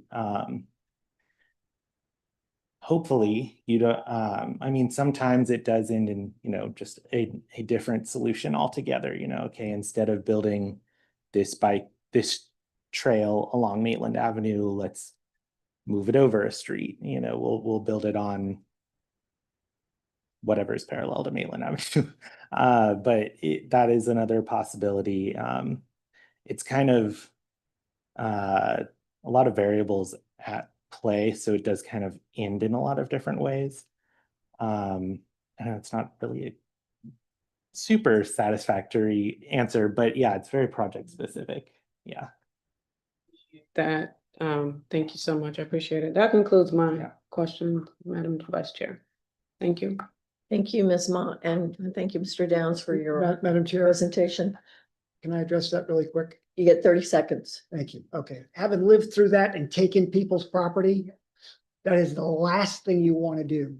Okay, You go Tom. through an extensive negotiation, you offer lots of money, and in the end, the last thing you will do, and I voted on this, you take their property, and then after the fact, you'll come up with some settlement with that person to satisfy the thing, and then you build your road. I just want to remind board members, we are to not address one another in questions and answers. Questions are to either be presented to myself or the chair or to our speakers. So thank you, Tom, for that information though. And thank you, Mr. Downs, for your time. It was a very good presentation. And I do encourage what you said, this is recorded. And if some of this, for some of the new folks, if you're like, oh my gosh, go ahead and look at the videos that are presented. And it's worthwhile to go back and review or ask some of us if you'd like to. Thank you. Thank you. And that concludes our presentations. There are several items for consideration under the general information and upcoming meetings. I really want to highlight under the general information, the mobility workshop for the DOT Advanced Air and the DOT Safety Summit. The first is on June 3rd through 6th, and the latter is May 9th. Those might be interesting for those of you. And then upcoming meetings of interest, we have the Metro Plan Board meeting coming up on May 14th. And then our next CAC Advisory Committee meeting is May 28th. Hope to see everybody back for that.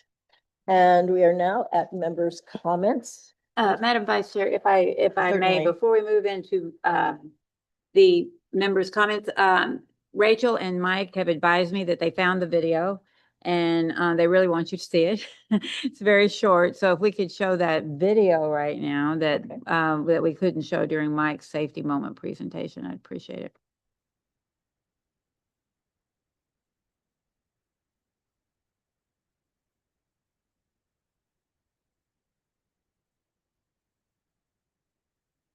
Dangerous, but some people just can't seem to help themselves. There's the steering wheel propper, the sneak-a-peeker, the fast roller, the nightlighter.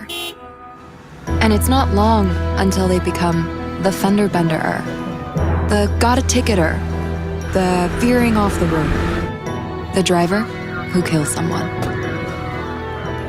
Enough with the phones already. Just put them down.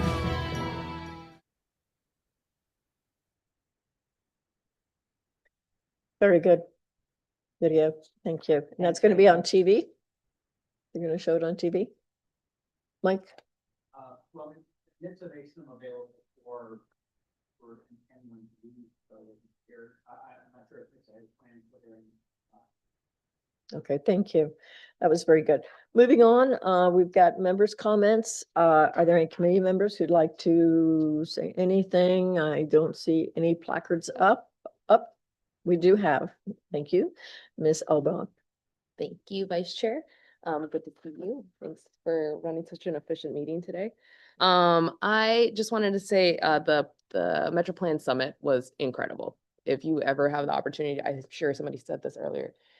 It was so publicly noticed that it was really, I think, exceptional to sit down with elected officials, transportation planners, engineers, folks from committees like this.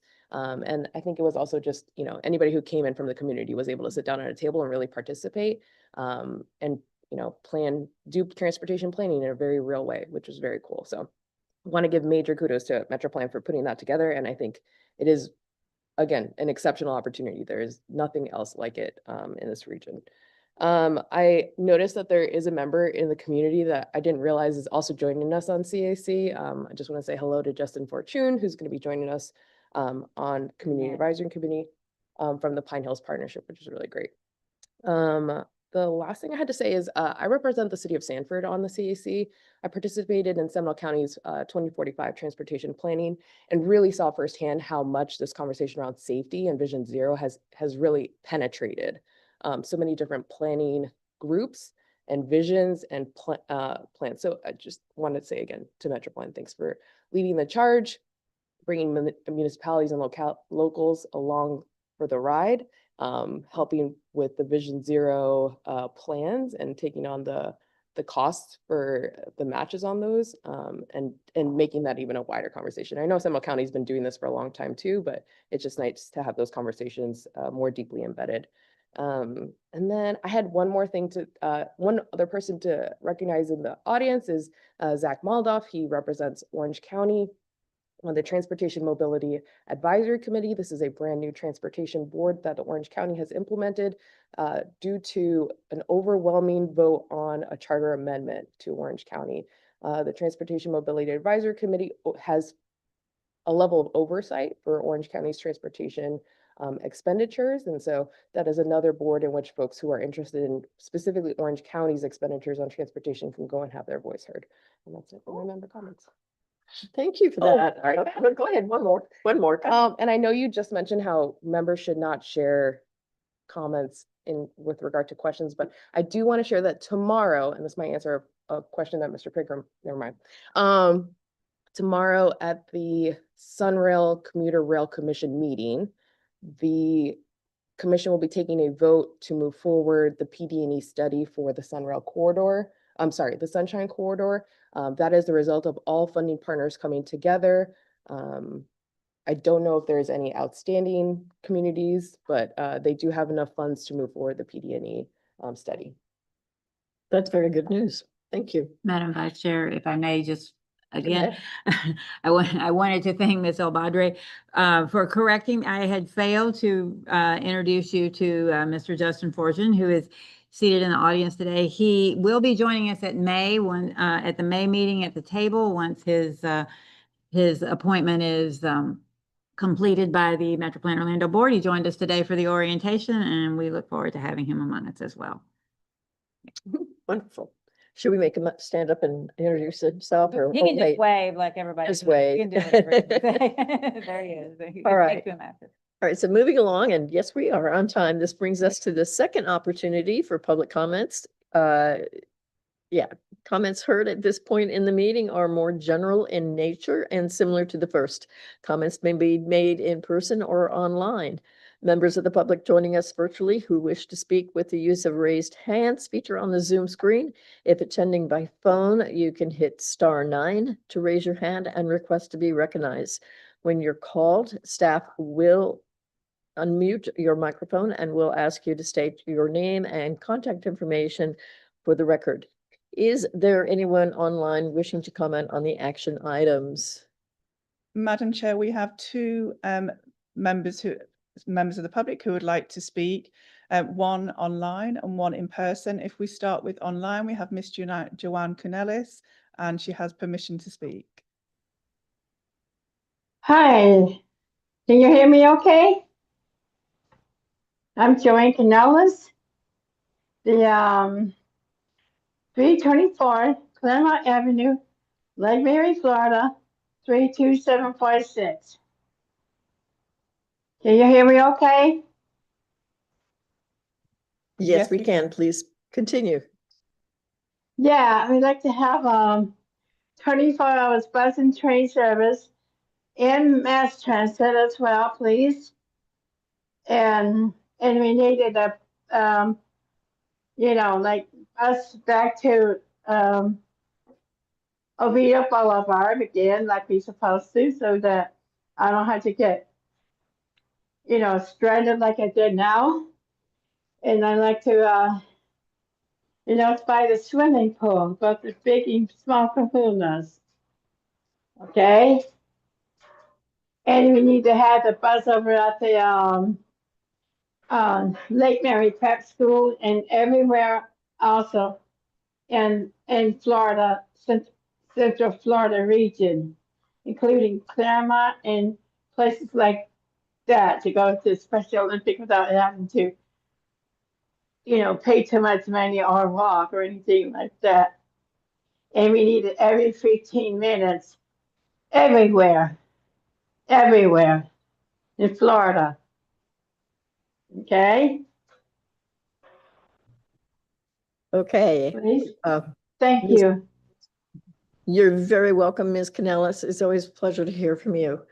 Our next speaker joining us is... We have Mr. Zachary Moldoff, who is in the room and would like to speak.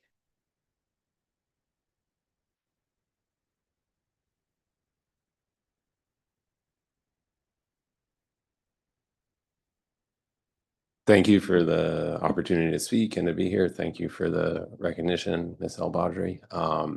My name is Zach Moldoff. I'm not here as an official representative of the Transmac, but I do serve on the Transmac, and I wanted to come down here to introduce myself and also just to ask if maybe there was 3 documents that you recommend that we review to get up to speed with what you have going on. That would be great. Also, if there's someone that you recommend that we should be in contact with when specific questions arise, not that we would expect that there's some specific liaison, but if it's simply the basic email that we reach out to. Aside from my duties with the Transmac, I'm also a skateboarder, and I find that I am often the only skateboarder advocating in spaces like this. And one thing that I think is really important to consider is the nature of skateboarding within transportation. It has historically been prohibited, criminalized, and pushed to the brink of not only not being used, but our communities then don't receive the benefits of it because it really enhances community safety. It provides more local community networks, and it changes the way that some of the most disenfranchised citizens can interact with government. My final comment is, as a citizen, I was a little bit disappointed to hear such urgency around automating buses when we don't really seem to have a discussion around bus corridors. And as someone who's lived in places where buses work effectively, that's the big thing that I see that we don't have, is our buses are expected to use the same roads as the cars, and that will never produce a better result.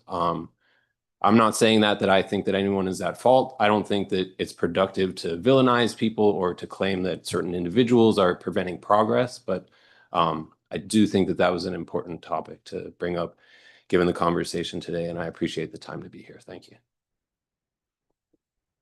Well, thank you very much for being here today and giving us your opinion and your questions. And I'm going to task Marianne, if you've given us your contact information, if we can reach back out to you to give you that information that you've asked for, that would be wonderful. I'll leave my transmit With Miss Rachel. Okay, thank you so much. So I think that has taken care of everybody that was wanting to speak. If there is no further business, I believe our meeting is adjourned. Thank you all. Okay.